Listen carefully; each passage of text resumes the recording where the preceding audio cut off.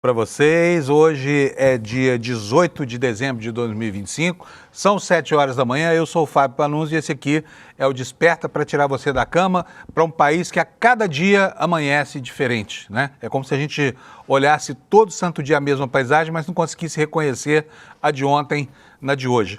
E o Brasil está diferente porque ontem o Senado da República aprovou 2 projetos, inclusive projetos que não interessavam supostamente ao governo e que foram negociados por um senador líder do governo, como é Jacques Wagner, que passou a ser muito criticado depois que admitiu que havia sim um acordo para facilitar a votação da dosimetria, né? Isso tudo aconteceu ontem, foi um dia de uma movimentação atípica e muito rápida, primeiro na Comissão de Constituição e Justiça e depois no plenário do Senado, até que finalmente o bolsonarismo e o centro brasileiro resolveram reduzir as penas daqueles que fizeram o que fizeram no dia 8 de janeiro. Houve protesto do governo, houve, enfim, choradeira, houve críticas, mas a verdade é que a dosimetria, que todo mundo julgava impossível de ser votada ainda esse ano, foi votada e agora vai à sanção presidencial e deve merecer o veto do presidente Lula. E já vou antecipar, lá na frente esse veto vai acabar sendo derrubado, porque o placar ontem foi muito folgado, mais de 40, foram mais de 3 votos, foram 4 votos, aliás, a mais do que o mínimo necessário, que era o número 41, houve 45 votos, tá? E o senador Jacques Wagner admitiu, sim, houve um acordo para facilitar as coisas, porque, segundo ele, o que interessava mesmo era aprovar o outro tópico, que é a reforma dos impostos, para que o governo possa faturar mais 20 bilhões, principalmente das fintechs e das bets. Foi outra matéria aprovada ontem pelo Senado da República, né? E tudo isso que aconteceu debaixo de muitas críticas, mas a gente fica se perguntando assim, até que ponto a choradeira era uma choradeira só para servir como uma espécie de cortina de fumaça sobre negociações que, aliás, nós aqui do ICL viemos denunciando há muito tempo. Inclusive, o Luiz Costa Pinto, essa semana, escreveu um artigo falando sobre esse acordo que se materializou finalmente, pode ser visto com clareza lá no plenário do Senado, né? Temos vários outros assuntos aqui, a chuva causando estragos terríveis no litoral do Sudeste brasileiro e também na região serrana. Ontem o que se viu foram cenas de desespero, né? Principalmente na Ilha Bela e em cidades das regiões mais escarpadas. E, paralelamente a isso tudo, nós temos também a aprovação dessa reforma dos impostos, que daqui a pouquinho nós vamos falar sobre ela, tá bom? São os assuntos do dia de hoje. Eu continuo aqui sem a presença do meu companheiro aqui para assuntos desportivos. Eu falo que é o meu personal advisor desportivo, o Alex, porque o Alex está com conjuntivite, está lá em casa, tá? E a partir de amanhã o ICL passa a trabalhar em esquema de plantão, então vocês só vão ver o Alex agora no ano que vem. Eu sei que tem muita gente aí que está achando ruim isso, tá? E ontem foi um dia importante para o futebol, né? Enfim, nós tivemos vários resultados importantes aqui para a definição dos campeonatos. O Flamengo perdeu para o PSG, ficou no quase, né? O goleirão do PSG resolveu pegar 4 pênaltis. Onde já se viu isso? 4 pênaltis de uma vez só? O cara é uma muralha humana, né? E aí o Flamengo volta para casa sem o título. E depois nós vamos falar do Vasco também, tá? Outra coisa, o Vasco fez ontem bonito aqui, conseguiu tirar o empate do Corinthians e agora vai disputar a próxima partida em casa com bastante conforto. É isso aí, mas eu não entendo nada de futebol, não vou me meter a falar sobre essa seara, eu preciso sempre do Alex aqui, porque ele é que me orienta para falar sobre isso, tá bom? E é exatamente assim que a gente começa o jornal hoje. Eu vou começar aqui pela meteorologia. Hoje vai ser novamente um dia muito complicado, principalmente aqui na região do litoral do Rio de Janeiro, litoral central, litoral sul, onde as chuvas já estão castigando lá, a região que já é a de maior pluviosidade do país, né? Tá aí o mapa, esse mapa que todos os dias parece igual, porque tem essa faixa aqui em diagonal, de noroeste a sudeste, trazendo chuvas desde a Cabeça do Cachorro até aqui o estado de Minas Gerais, o centro de Minas Gerais, Triângulo Mineiro, Rio de Janeiro, Espírito Santo e também São Paulo. Hoje não há previsão de chuva para São Paulo, felizmente não há previsão de chuva para São Paulo. Por quê? Porque São Paulo, toda vez que chove, tem problemas aqui para milhares e milhares, às vezes até para milhões de consumidores, né? E ontem, finalmente, o governo federal resolveu se mexer e cobrar, junto com as autoridades dos 2 outros poderes, o prefeito de São Paulo e o governador do estado, que a ANEEL comece a tocar o processo de caducidade do contrato com a Enel E o que se fala agora são duas coisas. Primeiro que a Enel quer se redimir, mas ela sempre faz isso. Nos primeiros apagões do ano, ela disse que havia contratado 1.200 equipes e tudo mais, que depois a Prefeitura de São Paulo não conseguiu identificar. E agora está dizendo, não, deixa a gente aqui porque a gente vai investir em enterrar o cabeamento da cidade de São Paulo, que é o que torna a cidade tão vulnerável assim. Esses arcaicos postes, né, que não estão ali por acaso, tá? As distribuidoras de energia elétrica, que são as donas dos postes, ganham um dinheirão por conta disso. A lei fala que só pode ter 6 cabos por poste, mas se você olhar aí perto da sua casa, tem cabo de tudo quanto é jeito. Alguns postes têm centenas de cabos que, inclusive, né, mancham a paisagem, criam uma poluição visual, tá? Mas aqui tá, então vamos aqui para a meteorologia. O alerta mais severo é justamente esse aqui que está na divisa entre Minas Gerais, Rio e São Paulo. É um alerta de acumulado de chuva, terreno muito hidratado, né, e um aguaceiro que pode cair aí, superando muitas vezes a chuva de 2 semanas, que foi o que aconteceu de domingo para cá. A previsão hoje para essa região aqui, olha, a região está aqui, olha, sulzinho do Espírito Santo, região de Campos, passando próxima à região metropolitana do Rio, né? E o litoral sul do Rio de Janeiro, onde aconteceu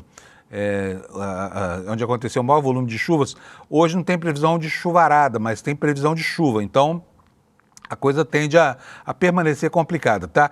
O INMET fala que nessa área que aparece assinalada em vermelho no mapa hoje, vai chover mais de 60 litros por metro quadrado, né, em uma única hora, e a chuva pode chegar a acumular 100 litros por metro quadrado ao longo do dia, né, com grande risco de grandes alagamentos e transbordamentos de rios, grandes deslizamentos de encostas em cidades em áreas de risco. Então, vamos ficar preparados aí, porque fim de dezembro é sempre um período de notícias muito ruins, né? Vou passar agora para você a previsão das temperaturas para o dia de hoje e do comportamento do clima, né? Vamos ver aqui no mapa do INMET o que vai acontecer com as temperaturas nas capitais do Brasil, para que você saiba como é que vai ficar na sua cidade. Tá aí, ó, a mancha verde, de onde vai chover muito, né? Muito mesmo. A mancha verde escura aqui no sulzinho, que a gente já mostrou no mapa, né? Região de Juiz de Fora, que foi bastante castigada também. Temperaturas. Porto Alegre vai ter um dia de nuvens com 30 graus de temperatura, calorão, 28 graus também em Florianópolis, quente. Curitiba também não chove, vai ser um dia ensolarado, com calorão lá, temperatura de 26 graus. 25 graus aqui em São Paulo de temperatura máxima. Hoje acordou friozinho, acordou 15 graus. No Rio de Janeiro a temperatura chega a 28 graus, pancadas de chuva, trovoadas isoladas. E Vitória, capital do Espírito Santo, também previsão de muita chuva por lá, com temperatura de 28 graus, portanto um dia também quente. Em Belo Horizonte a mesma coisa, chove e temperatura máxima de 26 graus. Passamos agora para o centro-oeste brasileiro. Em Brasília nós vamos ter muitas nuvens, pancadas de chuva, trovoadas isoladas e máxima de 24 graus. Em Goiânia, 28 a máxima e a mesma previsão. Em Campo Grande, nuvens, chuva com pancadas isoladas, 30 graus de temperatura e 31 graus para a mesma previsão em Cuiabá.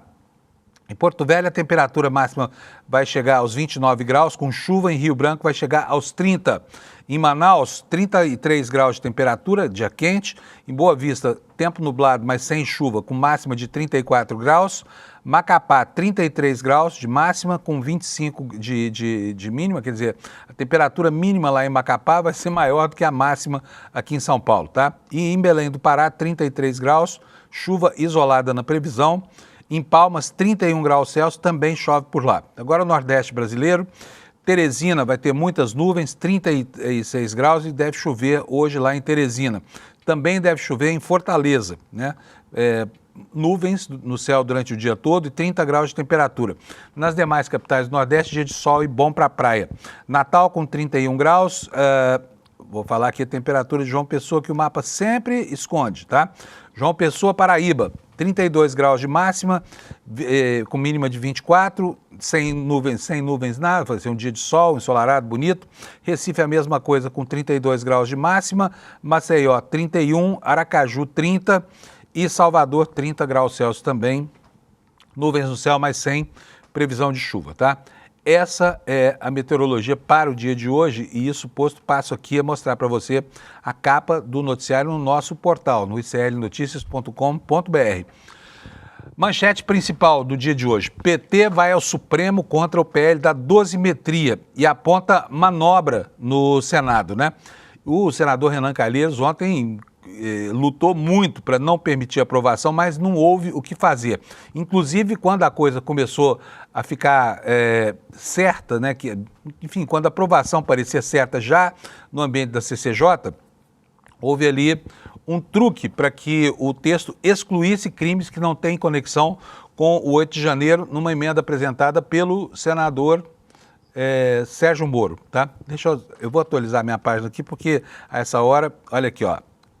Tá aqui, ó, a manchete mudou no site CL, tá aqui, Senado aprova dosimetria, né, com a foto do senador Magno Malta. E o senador Magno Malta combina com dosimetria, hein?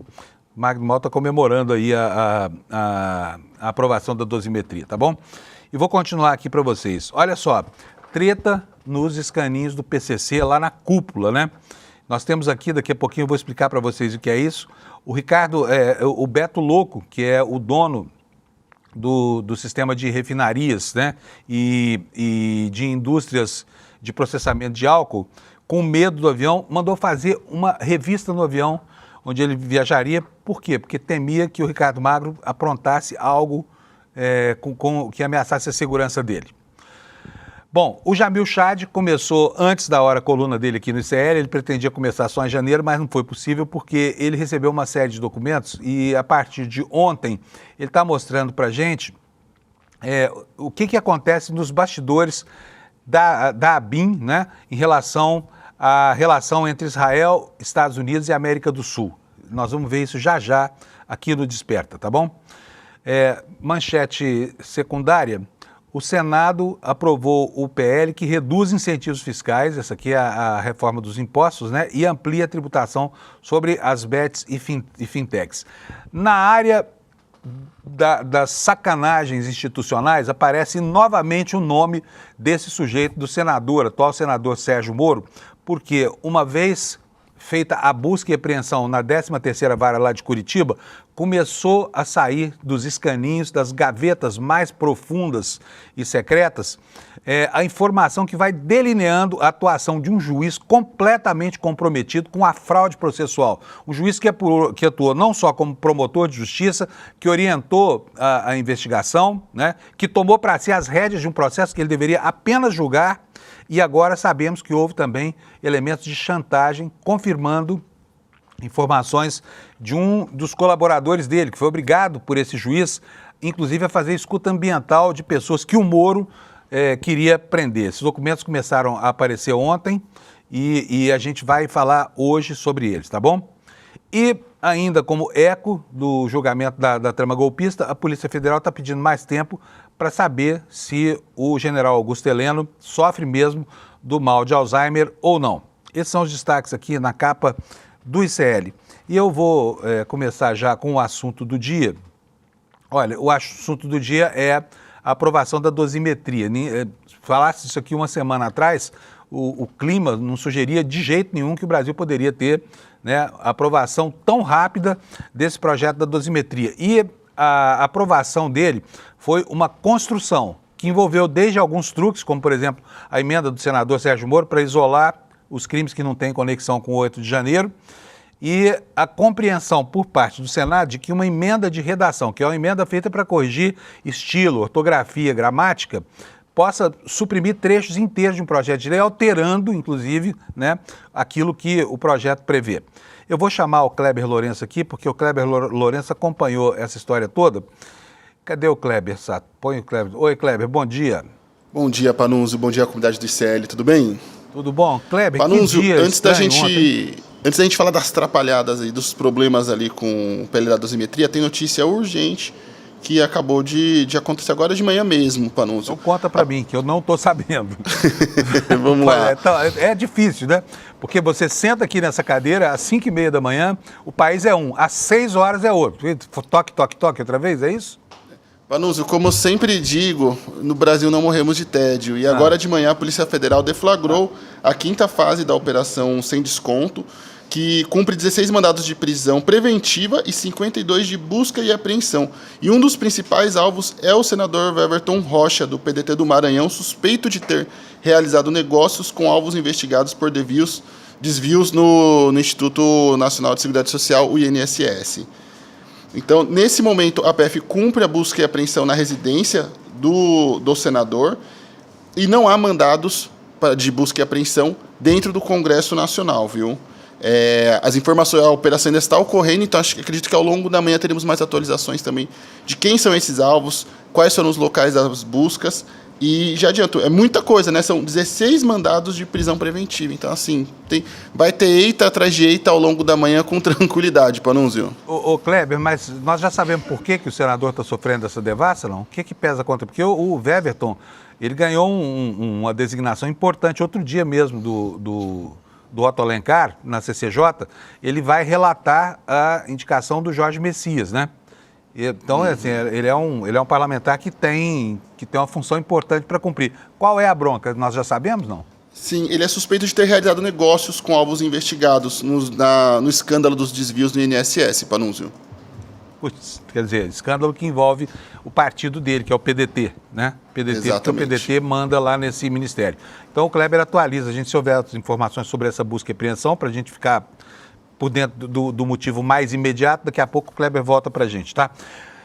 Estou falando, gente, não é fácil ser jornalista no Brasil não, viu, Kleber? Não, é eita atrás de eita. É de susto em susto, viu? É de susto em susto. Você começa o programa, de repente a informação principal sai da manchete, aí já entra outra, enfim. Mas vamos lá, vamos para o que interessa aqui, porque teve muita coisa que aconteceu entre a tarde de ontem e a madrugada, e a principal dessas questões aí diz respeito a um acordo que foi negado. O Lula Costa Pinto disse aqui para nós, lá no começo da semana, que havia o acordo, e muita gente duvidou dessa informação. Ontem aparece o senador Jacques Wagner admitindo o acordo. Sato, aliás, se a sonora do Jacques Wagner já estiver no ponto, eu vou pedir para você colocar para mim a sonora, porque a gente precisa ouvir o senador Jacques. Não está pronto ainda? Conta para nós, Kleber, como é que foi essa história toda? O que aconteceu que do nada surge de novo a dosimetria, que é esse simulacro de anistia, e é aprovado com essa facilidade tanto na CCJ quanto no plenário do Senado? Olha, vem tirando bastante discussão e até debates internos sobre essa alegação. O vídeo está pronto, vamos ver o vídeo antes e a gente comenta, pode ser, Panunzio? Então, deixa eu só explicar antes do vídeo, é o seguinte, falou-se durante a semana que havia um acordo entre governo e oposição. Tudo isso foi negado, né, com muita ênfase, inclusive, e ontem o senador Jacques Wagner aparece defendendo uma posição que aparentemente antagoniza com aquilo que o governo tem, né, Kleber? Que o governo tem anunciado que, sim, da sua contrariedade. E houve sim um acordo que o Jacques Wagner assumiu para ele. O Jacques Wagner é líder do governo no Senado, né? Ele não pode agir de moto próprio, sem consultar ninguém. Mas dessa vez não, ele disse que não, foi lá, não deu tempo de consultar o Lula nem ninguém, e aí ele acabou fazendo esse acordo aí que facilitou a aprovação da dosimetria para que o Senado pudesse votar o projeto dos impostos, que era, segundo ele, o que interessava ao governo. Vamos ver a fala do Jacques Wagner. Aquilo que eu equacionei, eu não sou, talvez pela minha idade, pela minha experiência, e pela minha vontade de fazer as coisas andarem e fazer mais pelo Brasil, a mim não me motiva empurrar com a barriga para um pouco depois aquilo que já está claro que vai acontecer e ficou expresso nas votações aqui, mesmo nos requerimentos. Então, eu fiz, e sem consultar o presidente da República ou a ministra Gleice, porque eu acho que quem está na política tem que ter coragem de se arriscar. A política sem risco não tem graça. E me arrisquei e não me arrependo de ter vindo aqui para ter feito um acordo de procedimento e não de mérito. Que história é essa, senador? Que diabo de acordo é esse, né? Olha, as coisas começaram a ficar estranhas, viu, Kleber? Eu vou mostrar isso aqui também, lá no ambiente da CCJ. Por quê? Porque o senador Otto Alencar acolheu uma emenda feita pelo Sérgio Moro que excluía crimes que não têm conexão com o 8 de janeiro. Ocorre que a emenda era uma emenda de mérito, tá? É uma emenda que alterava o mérito do projeto. Mas o Moro apresentou como uma emenda de redação que é só para suprimir erros de ortografia, gramática, estilo, para deixar mais claro. Acontece que o próprio senador Otto Alencar, ao invés de objetar, de não aceitar, ele colocou em votação e o plenário da CCJ resolveu que aquela era uma emenda de redação, embora altere o mérito. Vamos ver o que o Otto Alencar falou antes de botar essa emenda em votação. Roda para nós, Sato, por favor. Que a emenda, eu já tinha lido antes, porque o senador Sérgio Moro me encaminhou essa emenda e realmente é emenda de mérito, não tenho a menor dúvida. Eu não posso aceitar essa emenda como emenda de redação absolutamente, porque não é emenda de redação, é emenda de mérito. É emenda de mérito, sem a menor dúvida. Isso vai dar pano para manga. Por quê? Porque agora o assunto, segundo o governo, vai ser judicializado, né, Kleber? E esse é o cerne da questão. Uma emenda que altera conteúdo pode ser admitida como emenda de redação, porque uma emenda de mérito não pode ser admitida nessa altura do processo. Mas conta para nós agora sobre a reação do governo, Kleber. Exatamente, Panunzio, é o que acontece. Eles fizeram esse truquezinho de falar que não era uma emenda de mérito, porque ontem, lembra quando nós conversamos sobre a questão das desconfianças entre Câmara e Senado? Por trás desse movimento está justamente isso, de não querer levar o texto de volta para a Câmara dos Deputados por dois motivos. Primeiro, para que a Câmara não mexesse no texto e aí virasse uma questão problemática novamente. E segundo, mais uma vez, esse grande esforço que o Congresso Nacional tem de acelerar a pauta da anistia o máximo possível, enquanto temas como segurança pública ou programas sociais ficam em segundo plano e devem esperar até o ano que vem para que sejam discutidos na Casa. Dito isto, líderes de 4 bancadas da Câmara dos Deputados, o deputado Lindbergh Farias, juntamente com Pedro Campos, do PSB, Renildo Calheiros, do PCdoB e Talíria Petroni, do PSOL, entraram com mandado de segurança ontem à noite para suspender a tramitação do projeto de lei que reduz penas e flexibiliza os critérios de progressão de pena aliar, ou seja, o libera geral dos criminosos do 8 de janeiro. E entre os argumentos utilizados para entrar com esse mandado de segurança, o mais interessante é que justamente o mandato atua criticando e querendo barrar justamente o pedido de vista de 4 horas feito na CCJ no Senado, que foi um movimento articulado pelo senador Jacques Wagner, que é do PT do Senado e líder da bancada governista na Casa. Então é o PT na Câmara entrando com uma ação contra uma articulação do próprio líder da bancada governista e petista no Senado. Então veja só como as coisas vão ali criando uma confusão ali sem precedentes. E aí é muito importante também ressaltar, Panunzio, que mesmo que não... vamos colocar ali todos os direitos de dúvida, de questionamento, supor que não exista qualquer tipo de acordo envolvendo o governo, que era algo mais específico de Jacques Wagner, vamos só trabalhar com o campo das suposições. Mesmo assim, de qualquer maneira, o governo é cúmplice nessa história de forma, no mínimo, indireta.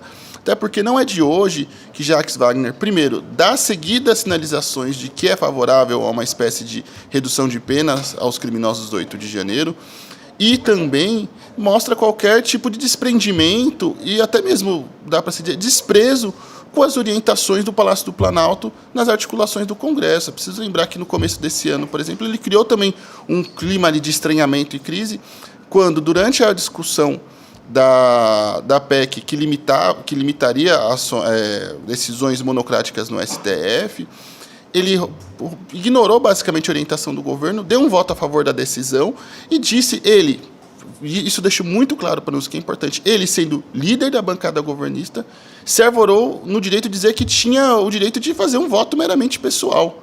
Então não é de hoje que ele vem dando seguidas sinalizações, vem dando problemas, vem expondo o governo mesmo assim manteve ele, inclusive ele é extremamente próximo do presidente Lula, então pagou para ver até o limite e criou mais uma situação para o governo federal. Isso, caso a gente leve em consideração ou julgue que o governo não tem nenhum tipo de acordo com a tramitação da anistia. O que também vem se provando cada vez mais possível de ter ocorrido também, dadas as declarações de Renan Calheiros, Alessandro Vieira e outros tantos expoentes da política, Panunzio. Muito bom, Kleber. Muito obrigado, viu? Olha, agora só, Kleber, cria uma situação ruim para o próprio governo. E aqui, eu vou falar, a cara de pau do senador Jacques Wagner é um negócio estranho, porque horas antes disso tudo acontecer e da própria admissão dele, ele estava lá na tribuna negando esse acordo, que ficou evidente logo depois. Então, quer dizer, faltou aqui, né, clareza e seriedade mesmo, porque não é possível que o governo defenda duas posições tão antagônicas, assim, tão confrontantes, né? Vou ler para vocês aqui agora, Kleber, olha aqui, a tuitada da ministra Gleisi Hoffmann. Tá? A Gleisi, até outro dia, era presidente do partido Jacques Wagner, né? Então vamos lá, o Jacques fazendo o tricô lá no Senado e a hoje ministra Gleisi Hoffmann tuitando isso aqui que vocês vão ver, olha. Quer ver só? Deixa eu colocar aqui na tela cheia, porque senão você não vai conseguir ler isso aqui, eu quero que você leia junto comigo, tá? Nós já vimos, aliás, eu vou pedir, Sato, põe de novo a sonora do Jacques Wagner, confessando que houve esse acordo e por que fez o acordo. Depois eu leio aqui a tuitada da Gleisi, só para que as pessoas possam comparar as duas posições, que são duas posições absolutamente incompatíveis. É água e óleo. Põe para nós, por favor, de novo, o Jacques Wagner. Aquilo que eu equacionei, eu não sou, talvez pela minha idade, pela minha experiência e pela minha vontade de fazer as coisas andarem e fazer mais pelo Brasil, a mim não me motiva empurrar com a barriga para um pouco depois aquilo que já está claro que vai acontecer e ficou expresso nas votações aqui, mesmo nos requerimentos. Então, eu fiz, e sem consultar o presidente da República ou a ministra Gleisi, que eu acho que quem está na política tem que ter coragem de se arriscar. A política sem risco não tem graça. E me arrisquei e não me arrependo de ter vindo aqui para ter feito um acordo de procedimento e não de mérito. Seria melhor que a gente tivesse ouvido do senador Jacques Wagner, uma figura que tem uma história política tão imensa quanto ele, não que a política não se faz sem correr risco, mas sim que a política não se pode fazer sem seriedade de propósitos, né? Olha só antes da gente só puxar o tweet da Gleisi, é também importante ressaltar um ponto, Panunzio. A alegação do Jacques Wagner é de que ele queria que fosse votada logo a anistia, para que o assunto fosse logo despachado na Câmara, e que isso facilitaria a aprovação da discussão do projeto que taxa bets e fintechs, porque poderia gerar alguma dificuldade para a tramitação desse projeto. Acontece que não havia nenhuma sinalização da Casa de que isso ocorreria. Na semana passada, ao votar o PL antifacção, que o Senado colocou também um dispositivo para taxar as bets para financiar a segurança pública, já tinha sido aprovado com ampla maioria na Casa. Então, um outro texto falando desse tema não tinha nenhum sinal de resistência ou de dificuldade, ou que precisaria de um acordo porque corria o risco de sofrer uma obstrução. Eu conversei com os senadores ontem, todos eles foram unânimes em dizer isso. Não havia qualquer sinalização de que isso poderia ocorrer. E, inclusive, esses senadores também, com quem eu conversei, foram muito claros em dizer, Panunzio, não adiar o debate da anistia o máximo possível era positivo, sim, para aqueles que eram contrários ao debate da dosimetria ou anistia, enfim. Porque quanto mais esse tema ficasse no debate público, mais iam sendo expostos os problemas, as incoerências, as dificuldades, e isso ia cada vez mais agravando a situação do PL, que visava libertar, que visa diminuir as penas dos criminosos do 8 de janeiro. Então, todos os argumentos ali que ele coloca para ter essa articulação, eles não se sustentam, tampouco se justificam. Muito bem, bem lembrado. Aliás, teve muita coisa estranha ontem, tá? Lá na comissão da CCJ, por exemplo, quando o Moro apresenta essa emenda, que gerou aquela fala do Otto Alencar, que a gente já mostrou aqui, que a emenda não era uma emenda meramente de redação, que era uma emenda que alterava o mérito da proposta, houve um pedido de vista, o regimento interno do Senado dá até 5 dias de prazo de vista, mas o senador Otto Alencar, mesmo discursando contra o texto da anistia, deu 4 horas só de visto. Por quê? Porque estava com pressa de votar. Então, na verdade, foi um festival ali de simulações. Todo mundo já sabia o que ia acontecer, né? E a partir daí acolheu uma emenda defeituosa do Moro que vai dar margem, que vai ensejar uma ação judicial que vem aí, que já está, inclusive, anunciada. E aí vamos para a tuitada da Gleisi Hoffmann. Então nós vimos Jacques Wagner sustentando essa posição que muita gente não entendeu, muita gente, inclusive eu, e a Gleisi Hoffmann dizendo isso aqui, olha, a redução das penas de Jair Bolsonaro e demais golpistas aprovada agora à noite no Senado é um desrespeito à decisão do Supremo e um grave retrocesso na legislação que protege a democracia. A condução desse tema pela liderança do governo do Senado na CCJ foi um erro lamentável, contrariando a orientação do governo, que desde o início foi contrária à proposta. O presidente Lula oficial, que é o Lula, né, vetará esse projeto. Condenados por atentar contra a democracia têm de pagar por seus crimes. Ou seja, com o seu acordo, Jacques Wagner colocou o presidente Lula numa situação muito difícil aqui, porque a posição dele sempre foi contra a anistia. Vai ficar com o ônus de vetar algo que depois vai ser derrubado do plenário do Senado. Por quê? Porque ontem 45 senadores da República votaram a favor dessa proposta. Então é isso, né, Kleber? Uma situação bem estranha criada dentro do ambiente onde não poderia haver isso, que é o ambiente do partido do presidente da República. Correto, Kleber? Exatamente, mais uma situação criada por Jacques Wagner que expõe o governo. Vamos ver até onde vai isso agora e quais são os próximos capítulos. E vai ser muito importante também acompanharmos de perto o desenrolar dessa ação no STF. Muito bom, Kleber. Muito obrigado, tá, pelas suas informações. Só te peço que, se tiver novidade em relação ao toque do dia, você me avisar para a gente poder informar o pessoal aqui, tá bom? Pode deixar, Panunzio. Obrigado, viu? E Um abração, Kleber. Feliz Ano Novo ali e Feliz Natal para a comunidade do ICL também. Como assim, Feliz Ano Novo? E amanhã não vai ter expediente na firma?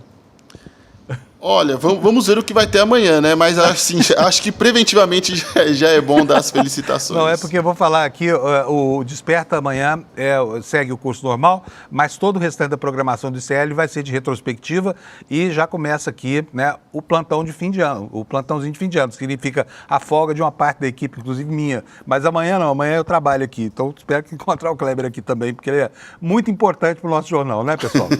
Obrigado, Kleber. Imagina, tchau, tchau, bom dia. Bom dia. Bom, eu quero saber do Sato. Sato, o Lula já está ok lá em Brasília? Se tiver ok, eu queria ver o Lula na tela. Então bota o Lula na tela para a gente aqui, que nós temos muito para conversar com ele hoje. Cadê o Lula? Olha aí o meu amigo Lula, querido. O Lula também adiantou o expediente dele. Ontem mandei um WhatsApp para o Lula, falei, Lula, só corre aqui, porque era tanta coisa acontecendo. Lula, eu quero começar dando os parabéns para você, porque você sustentou essa história desse acordo, vem sustentando isso já há alguns dias, e ele existia mesmo, né? E se materializou por essa atuação estranha do Jacques Wagner. Queria que você me desse os bastidores disso tudo que aconteceu ontem. Perfeito, Fábio. Primeiro, bom dia, né? Como está você, como estão quem nos ouve, quem nos assiste, né? Fábio, na semana passada, como as pessoas acompanharam aqui, acompanham, nós demos no ICL a história de que estava sendo urdido um acordo com o Supremo com tudo, né, como nós colocamos, escrevemos. É importante voltar lá atrás no texto para as pessoas perceberem que não foi usado nenhum adjetivo, né, para qualificar o acordo. Era apenas o fato. Era a publicação da notícia, da informação que estava se urdindo um acordo em que 3 ministros do Supremo, Gilmar Mendes, Alexandre de Moraes e Dias Toffoli, tinham sido consultados pelo próprio Paulinho, né, da Força, o Paulo Pereira da Silva, sobre a maneira como escrever esse PL da dosimetria. Né? E esse acordo envolvia também alguns ritos procedimentais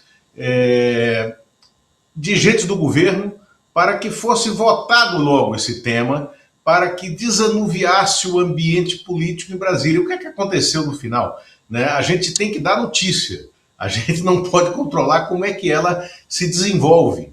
Né? No final das contas, turvou ainda mais o ambiente, inclusive dentro do Palácio do Planalto, por essas notícias que o Fábio leu aqui, e também do lado governista. Houve uma turva geral e alguns recuos. Agora, é importante, Fábio, ouvir esse momento aqui do que eu vou falar.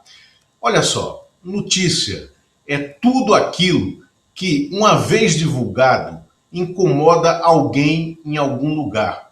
O resto é propaganda, né? E nós aqui damos notícia, né?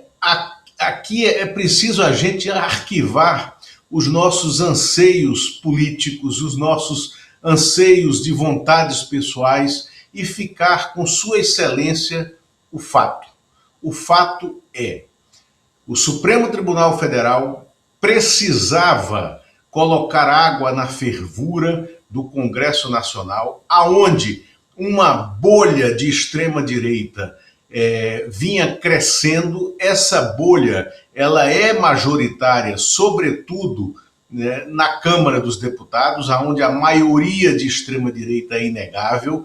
Ela tem alguma administração no Senado Federal, onde o presidente da Casa, Davi Alcolumbre, tem canais de interlocução com o Palácio, e para reduzir essa fervura que fazia crescer essa bolha, ministros do Supremo Tribunal Federal, esses três, Gilmar Mendes, Alexandre de Moraes e Dias Toffoli, aceitaram dar opinião sobre o que poderia ser um PL que reduzisse penas dos condenados, dos apenados pelos golpes que foram, pelo golpe de Estado dado e vencido no dia 8 de janeiro de 2023.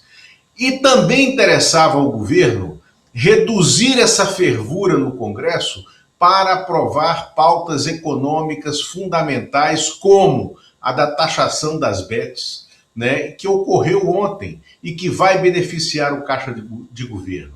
Também precisa destravar o orçamento da União e algum pacto sobre o orçamento de 2026, que será votado hoje. Isso foi feito, isso caminhou, foi isso que aconteceu. No meio do caminho, houve um choque procedimental, né, entre as linhas do governo.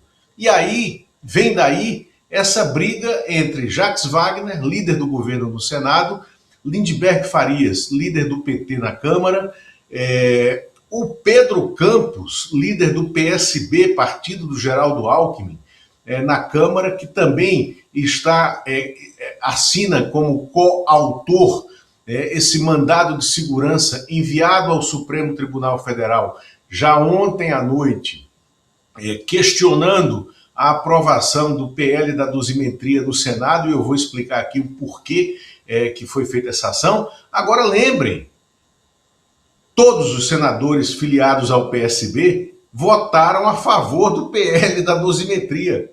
E todos os senadores filiados ao PT votaram contra o PL da dosimetria. Isso é loucura? Não, isso é Brasília, né? É assim que as coisas acontecem. O resto, né, é você colocar aqui insights de propaganda política. Agora vamos à questão o que vai acontecer agora. O presidente Lula, se o Senado mandar, já hoje, e deve mandar, ao que tudo indica, vai mandar o PL da dosimetria para o Palácio do Planalto, ele tem 15 dias úteis para sancionar ou vetar o projeto. Ele já avisou inclusive na reunião ministerial de ontem, que vetaria o projeto, né? Agora, ele vai ter um tempo para fazer isso, porque são 15 dias úteis e o prazo para de contar no recesso do Congresso Nacional. O Congresso entra em recesso a partir de sábado.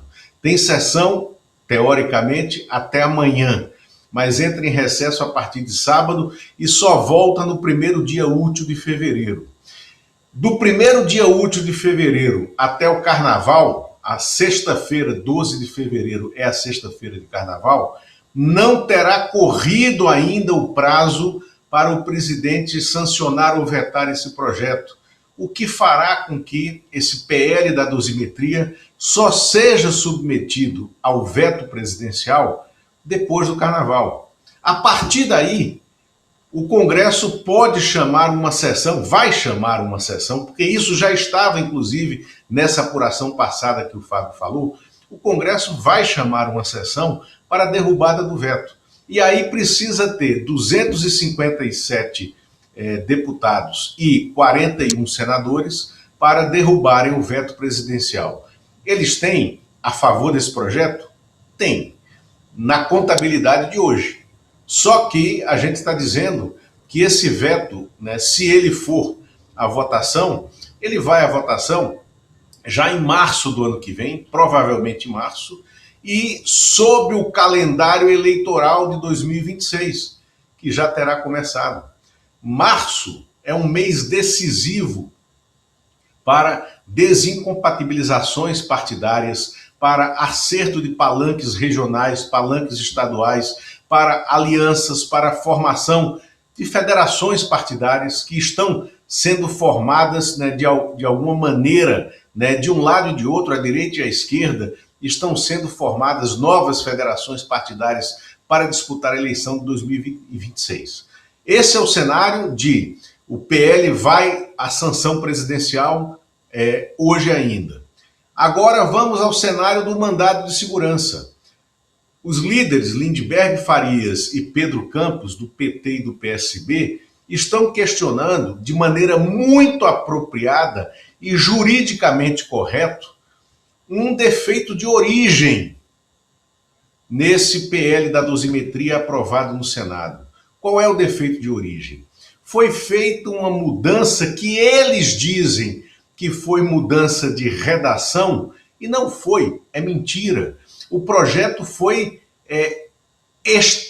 estripado, né? O projeto foi desidratado, o projeto foi totalmente mexido na CCJ pelo senador bolsonarista Esperidião Amin, né, para retirar o benefício que estava dando a todos os outros crimes, para se concentrar no cometimento de crimes que foram cometidos pelos golpistas de 8 de janeiro e pela cúpula do golpe, para entregar aquilo que eles haviam prometido.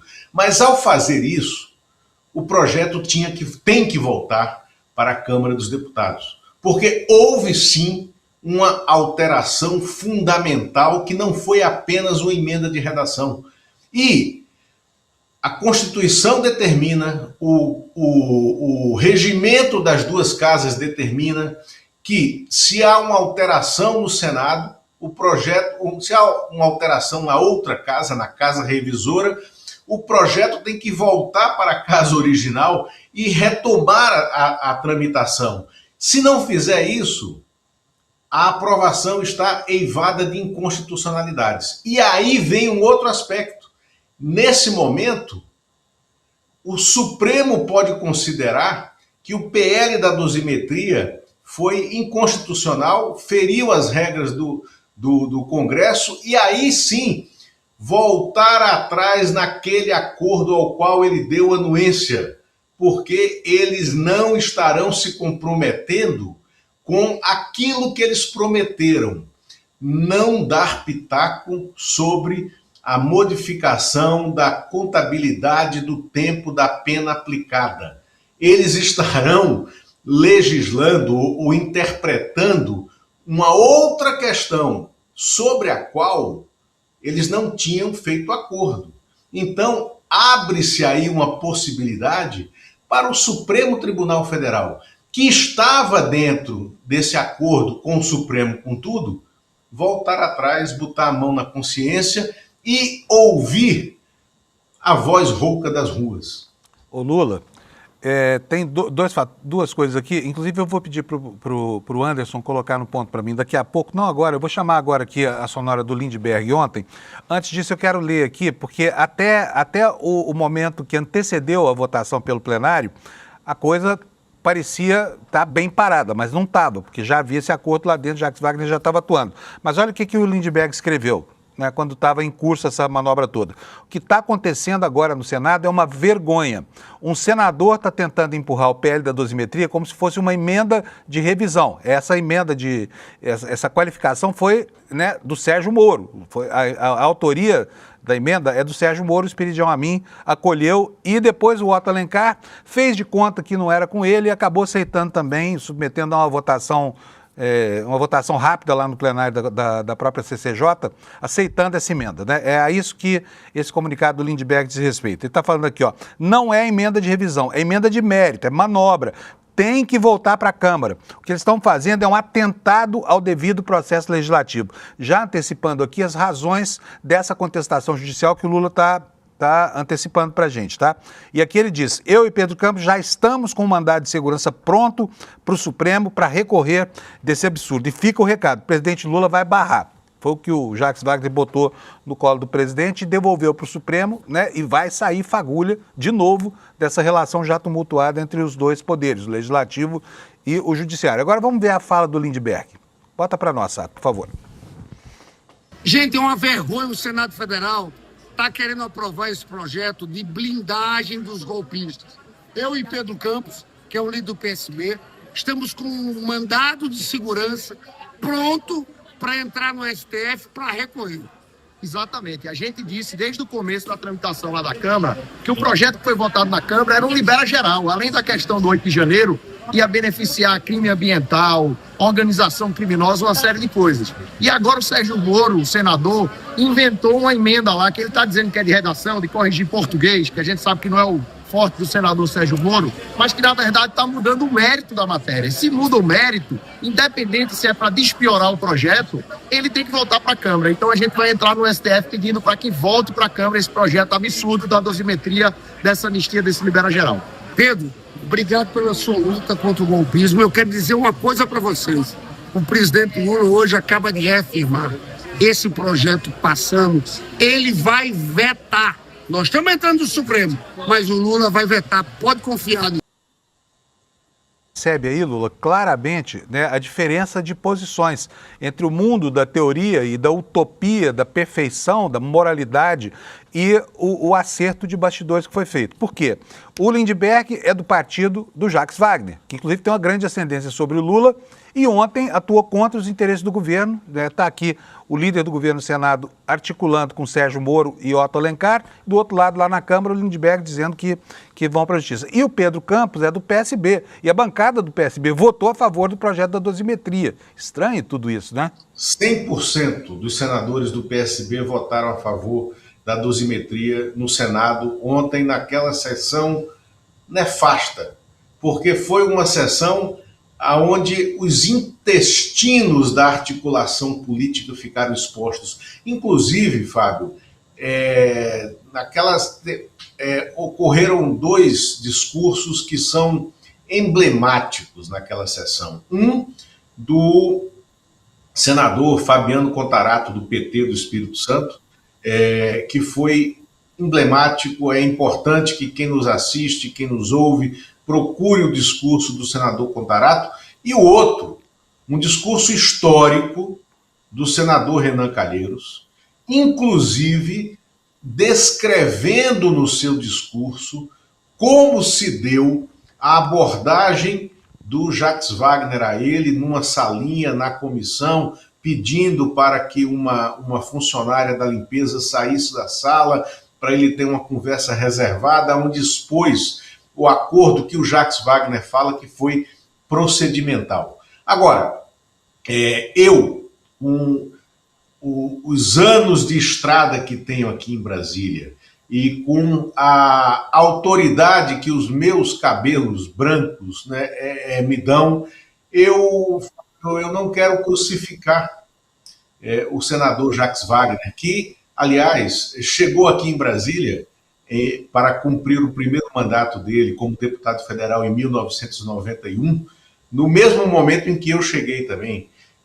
Então, o Jacques Wagner tem muitos anos de estrada, muita credibilidade construída. A questão é a forma de entendimento da política. E nós, como jornalistas, nós aqui do ICL, e quem é de fato jornalista, né, precisa se ater a dar os fatos. A gente não tem que manipular os fatos. A gente não tem que fabricar torcidas. Os fatos estão aí. Os atores políticos são eles. O ator político é o Jacques Wagner. O ator político é o Lindbergh. A atriz política é a Gleisi Hoffmann. A Gleisi tem gabinete no Palácio do Planalto. A Gleisi tem um acesso que pouquíssimos têm ao gabinete presidencial. A gente costuma dizer aqui em Brasília que quem tem força com o presidente da República mesmo é quem entra no gabinete do presidente da República sem terno ou sem blazer e, às vezes, sem gravata. O presidente Fernando Henrique tinha um chefe da Casa Civil, o Clóvis Carvalho, que entrava no gabinete do presidente da República sem blazer, sem gravata e com manga arregaçada. O ex-presidente Itamar Franco tinha nessa figura, a figura que fazia isso com o Itamar Franco era o Henrique Argrives, também chefe da Casa Civil. O ministro Rui Costa, da Casa Civil de Lula, não faz isso. Mas a Gleisi tem essa intimidade, essa relação com o presidente da República de dizer, presidente, aqui a gente extrapolou. Presidente, aqui a gente não extrapolou. A Gleisi entra sem o blazer, sem o tailleur, apenas em mangas de camisa no gabinete do presidente da República para interromper reuniões, para interromper raciocínios. E foi a Gleisi que veio ontem colocar um ponto nessa questão do acordo. Olha, pera lá, a gente não dá respaldo. E aí eu digo, o ministro Jacques Wagner tem um problema para resolver. Isso, segundo o Jacques Wagner, para facilitar algo que estava escrito mesmo, que era a aprovação da reforma tributária do Lula, porque o governo tinha aí um déficit de 20 bilhões e precisava tributar fintechs e tributar as bets para poder conseguir o dinheiro para fechar o ano que vem, né? E o projeto foi aprovado ontem, junto com a dosimetria. A justificativa do Jacques Wagner é essa, precisava aprovar logo o processo das fintechs e foi aprovado. Eu quero aproveitar a presença do Lula aqui por mais uns minutinhos.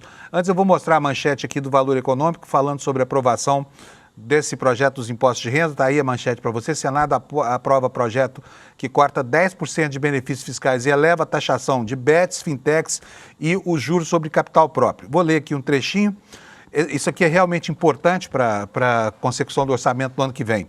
O Senado aprovou nesta quarta, por 62 votos a favor e 6 contra, projeto de lei complementar que corta 10% dos benefícios fiscais vigentes e aumenta a tributação de bets, fintechs e tudo mais. Não vou me ater muito a esse projeto, porque a gente já tem discutido bastante isso aqui e eu acho que a nossa audiência está bem informada. Mas eu queria saber, Lula, por que o Flávio Bolsonaro não participou da votação? Você tem notícia dele, não? Ô, Fábio, ainda bem que você entrou nesse ponto, a gente está aqui se encaminhando para o final. Sim, tenho notícia dele. O Flávio Bolsonaro não estava na sessão que aprovou o PL da dosimetria ontem, apesar de ter votado remotamente, né? Foi permitido a ele que votasse remotamente.